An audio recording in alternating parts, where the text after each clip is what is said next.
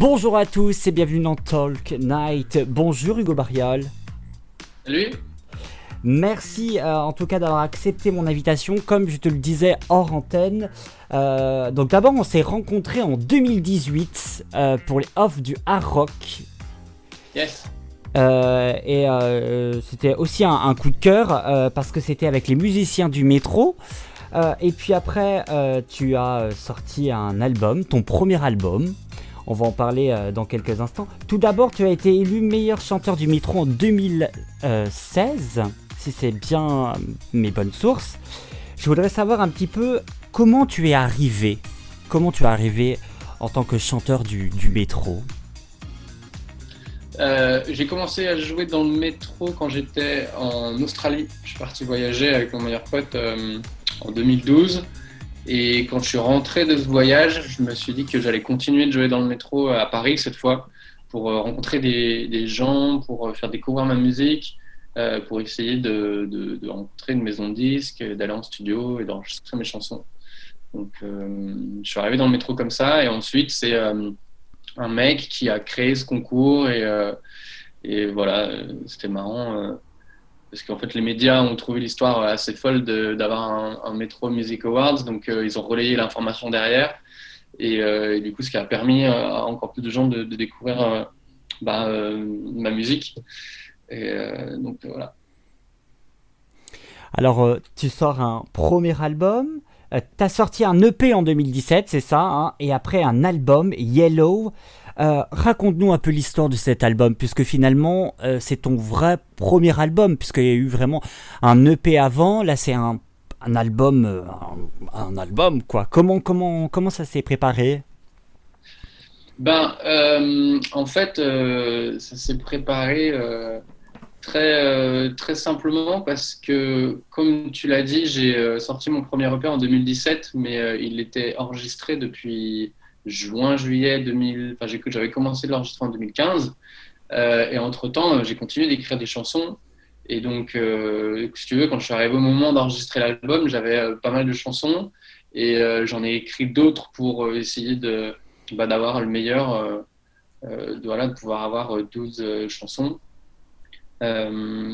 Et puis, j'ai travaillé avec le DA de mon label qui était Naïve à l'époque, où on a cherché des producteurs, des gens avec qui travailler pour essayer d'enregistrer ces chansons et de faire en sorte qu'elles soient le mieux possible et le plus proche de moi.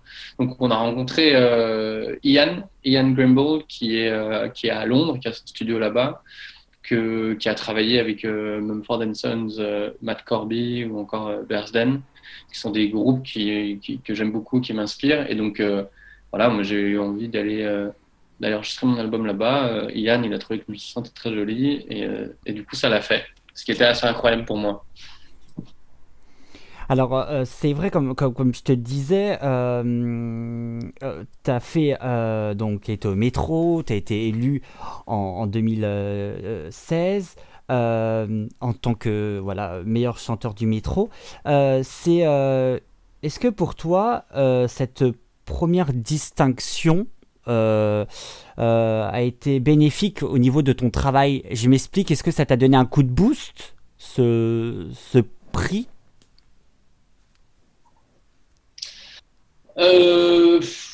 Déjà, ça fait plaisir Mmh. quand tu vois, tu reçois un prix, que ce soit un prix de métro, de musicien du métro ou un autre, ça fait quand même toujours plaisir. Après, j'ai pas l'impression que ça m'a filé un coup de pouce, parce que après ça, j'ai continué de jouer dans le métro pendant encore longtemps. Euh, il y a personne qui est venu me voir tu vois, des professionnels de la musique Ouais. ce Metro Music Awards, qui m'ont démarché pour qu'on travaille ensemble. C'est vraiment en continuant d'aller dans le métro que j'ai croisé tout simplement la route de Marie Odigier, qui était la directrice du label et qui a eu un coup de cœur pour mes chansons, et qui a décidé de me signer. Allez, on part maintenant de 2020 avec ton nouvel EP, Hey Love, qui est sorti il y a même pas quelques jours, le 20 novembre. Raconte-nous un petit peu la naissance de ce, puis je me permets cette expression, sa naissance de ce nouveau bébé. Ouais, c'est mon nouveau petit Hey Love. La naissance de Hey Love, c'est l'été 2019 où je traverse une période un peu difficile dans mon couple et où en fait je commence à écrire ce que je ressens et à raconter un petit peu ce moment où on ne sait pas trop si c'est la fin, on ne sait pas si ça peut continuer, on sait pas, on est un peu perdu. Et donc voilà, ça a commencé en juillet 2019 et puis après j'ai continué du coup de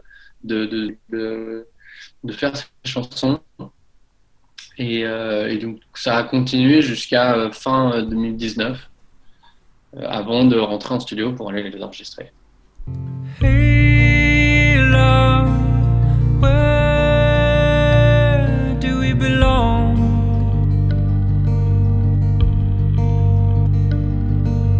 Don't tell me this is all gone. C'est pas vraiment un album de déception, c'est plus, comment tu pourrais appeler ça, cette EP, pardon, c'est plus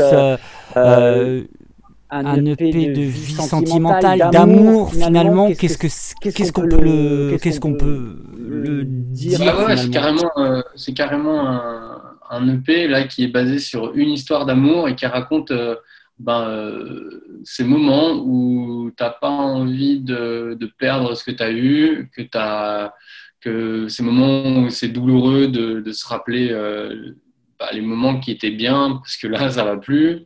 Voilà, c'est vraiment concentré sur une histoire d'amour et sur tout ce que l'amour peut procurer comme émotion et comment voilà, juste extérioriser en fait ce qui nous traverse.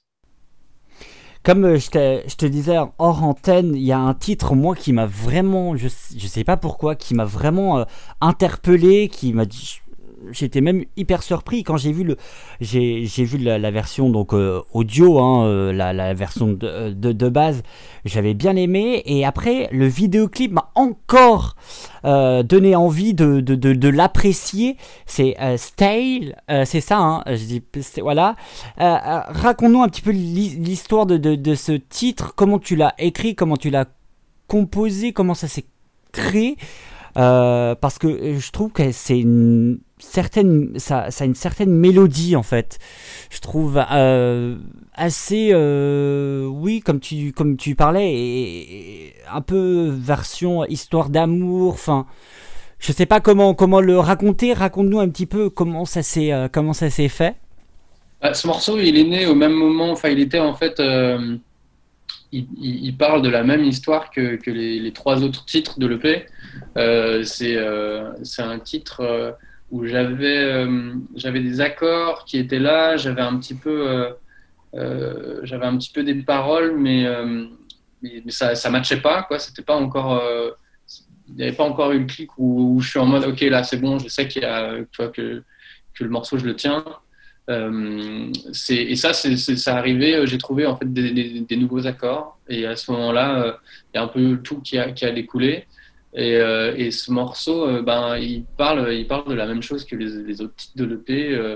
C'est ce moment où tu sais pas si c'est la fin, mais tu te rappelles en fait un peu des promesses que tu te fais au début et de tout ce que t'espérais, tout ce que tu avais envie de croire. Des fois même tu es persuadé de quelque chose et puis finalement ça se passe jamais comme prévu. Donc voilà, c'est encore un truc assez mélancolique et assez triste, assez poignant, ouais, dans les paroles où tu vois, dans le refrain, je pensais que tu serais toujours là, que tu partirais jamais, que tu vois, quand tu fais face à ces certitudes que tu avais qui sont en train et que tu peux rien faire, quoi.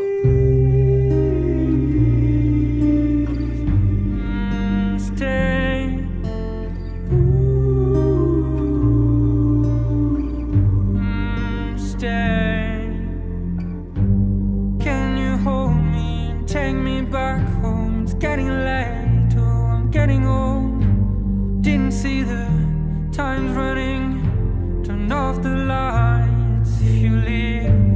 Feeling high with what we had.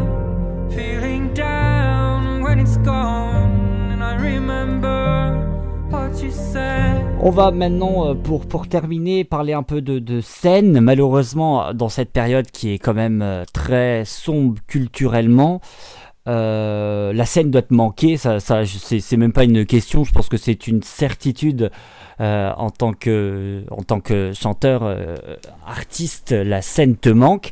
Qu'est-ce que tu vas faire quelle va être ta première pensée quand tu vas refouler les planches, mais peut-être pas, parce que c'est plus pour les personnes qui sont plus dans le théâtre, mais la scène, quelle va être ta première pensée? Je pense que c'est comme quand on est privé de quelque chose, quand on est vraiment privé, que quand on y a enfin de nouveau accès, qu'on réalise en fait la chance qu'on a de pouvoir le faire et de réaliser la chance qu'on avait de pouvoir le faire et qui pouvait être devenu un petit peu c'est genre c'est normal quoi. Je monte sur scène, je vais faire des concerts devant un public, il y a une équipe de techniciens qui s'occupe du son, il y a des lumières et tout et on oublie quand même assez rapidement que c'est assez incroyable d'avoir cette chance de le faire. Donc la prochaine fois que je vais pouvoir monter sur scène et faire un concert, je vais vraiment savourer chaque seconde et donner je sais pas, 200% de ce que j'ai pour partager avec les gens et pour être vraiment là, pour profiter, pour donner. Hugo, qu'est-ce que je peux te souhaiter? Écoute, que l'EP fasse une belle route, que les gens aient envie d'en parler, aient envie de le partager, et puis plus tard qu'ils aient envie de venir voir les chansons en live. Donc voilà, une belle route pour Hey Love, c'est cool. Merci Hugo d'avoir été avec nous, en tout cas pour nous parler un petit peu de ton artiste, j'allais dire ton projet musical. Merci en tout cas d'avoir accepté mon invitation et puis on se dit à bientôt dans 2 ans parce qu'on a fait 2018, 2020, 2022 en espérant te revoir non pas devant une caméra mais plus devant une scène. Ouais. Merci pour ton invitation, merci de parler de ma musique et de Hey Love. Et bonne continuation, bon courage à toi aussi. Merci.